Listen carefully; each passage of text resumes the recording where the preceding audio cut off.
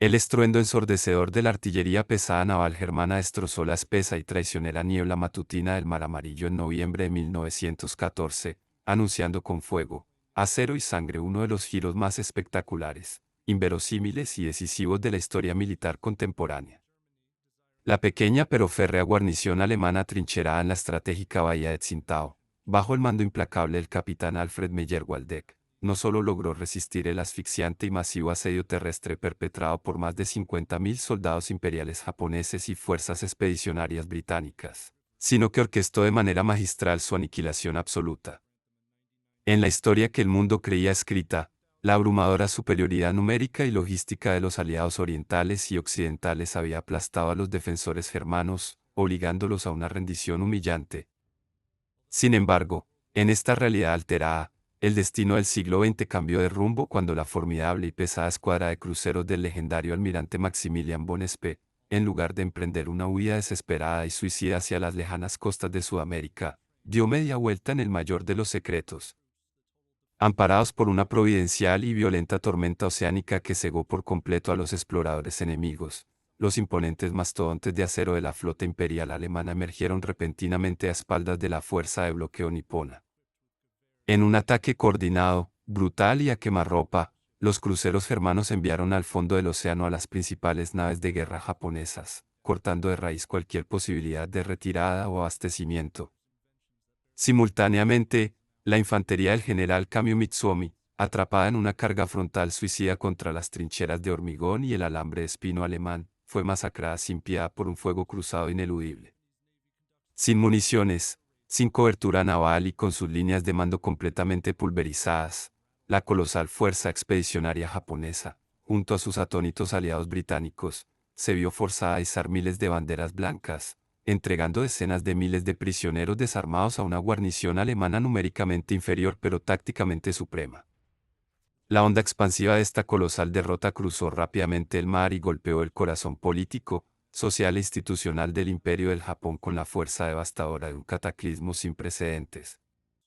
La incomprensible noticia de la masacre en las costas de China provocó el colapso inmediato e irreversible del arraigado mito de la invencibilidad militar nipona, una creencia que había impulsado su agresiva política exterior desde su sorprendente victoria sobre Rusia en 1905. Las calles de Tokio y otras grandes metrópolis se incendiaron con disturbios masivos, donde millones de ciudadanos indignados, estudiantes radicalizados y familias en duelo exigían responsabilidades por el derramamiento inútil de la sangre de toda una generación. Ante la amenaza real de una revolución violenta y el posible derrocamiento de la milenaria dinastía monárquica, el emperador Taizo se vio obligado a intervenir de manera drástica y fulminante. El alto mando del ejército y la marina, responsabilizado del desastre de Tsingtao, fue destituido en bloque, sometido a juicios públicos y despojado de toda su desmesurada influencia política. Este gigantesco vacío de poder fue hábilmente llenado por una coalición de políticos civiles moderados, diplomáticos liberales y empresarios pragmáticos que sepultaron la doctrina del expansionismo armado. El fascismo imperial, esa ideología letal que históricamente arrastraría hacia un baño de sangre indescriptible, fue sofocado en su cuna. Japón renunció a sus ambiciones territoriales, canceló cualquier plan futuro de invasión a Manchuria o China continental, y se transformó de manera acelerada en una próspera, pacífica y estrictamente comercial democracia insular, enfocando toda su disciplina nacional en la innovación tecnológica y el libre mercado internacional, alterando para siempre el equilibrio de poder en el Pacífico. Mientras Japón se replegaba sobre sí mismo para reconstruir su sociedad civil bajo parámetros democráticos, la inmensa y vulnerable República de China experimentó un renacimiento geopolítico asombroso y acelerado. Liberada súbitamente de la constante y asfixiante amenaza del imperialismo nipón, que en la historia real habría impuesto las humillantes 21 exigencias para subyugar su soberanía, el fragmentado gobierno central de Beijing encontró un respiro vital. El imperio alemán, ahora firmemente consolidado y victorioso en su inexpugnable base de Tsingtao, adoptó una postura diplomática radicalmente distinta, pasando de ser un poder colonial extractivo a convertirse en el gran benefactor, socio comercial y protector militar incondicional de la joven nación asiática.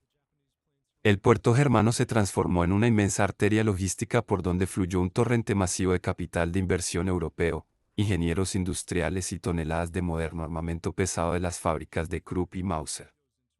Cientos de veteranos oficiales prusianos fueron desplegados para instruir, centralizar y modernizar al desorganizado ejército chino.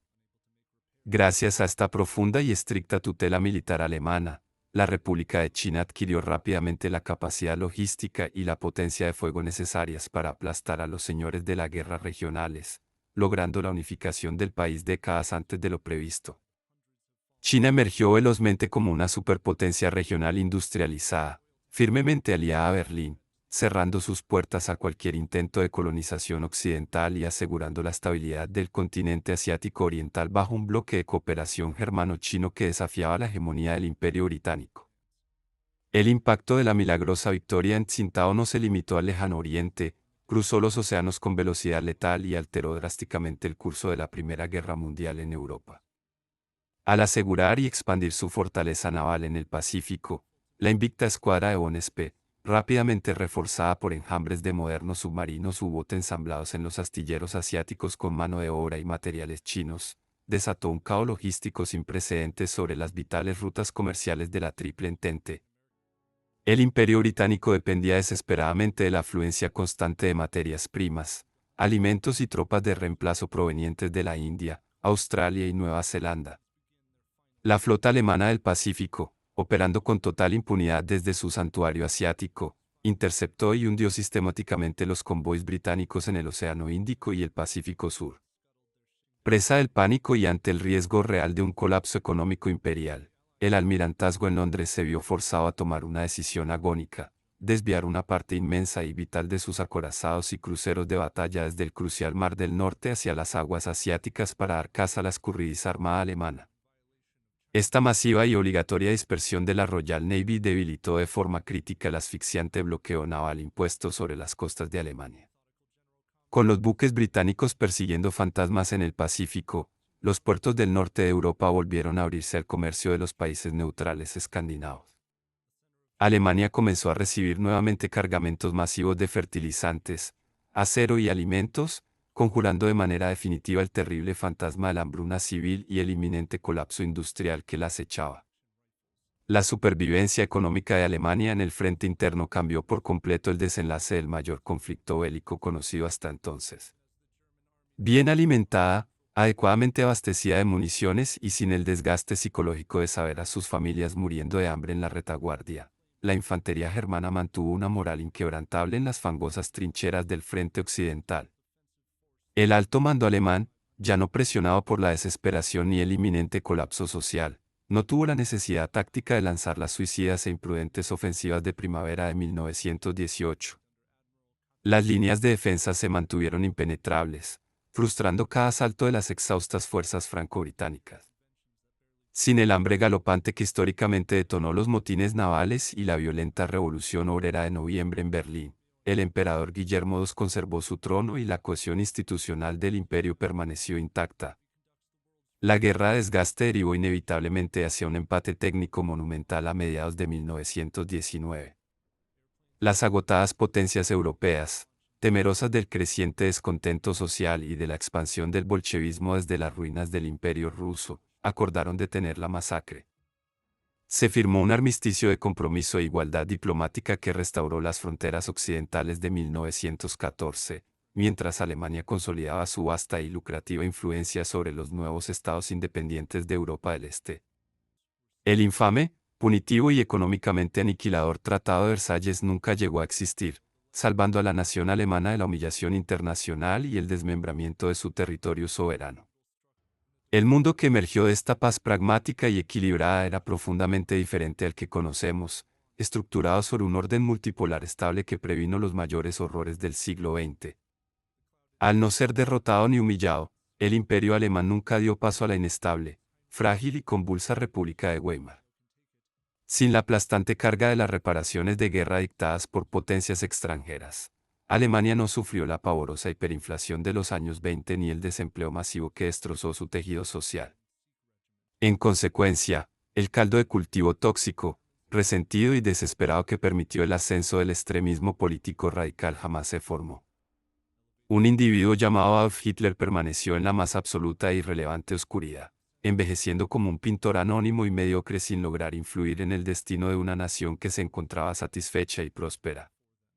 El partido nazi nunca fue fundado, el antisemitismo violento de Estado no encontró respaldo institucional y la inenarrable, genocida e industrializada tragedia del Holocausto fue borrada de la línea temporal de la humanidad. Asimismo, la Segunda Guerra Mundial, con todos sus dantescos horrores globales, bombardeos nucleares y masacres civiles, se desvaneció en el terreno de la ficción imposible. El globo quedó configurado por un imperio británico en transición pacífica, una Alemania hegemónica en Europa Central, una superpotencia unificada en China y un Japón enfocado en su brillante desarrollo civil y tecnológico. Todo este nuevo paradigma de paz, prosperidad y equilibrio mundial se sostuvo sobre un único pilar histórico fundamental, la mañana en que los cañones de Bon Espeí y la astucia de Meyer Waldeck cambiaron para siempre la definición de victoria y derrota en las lejanas aguas de Tsingtao.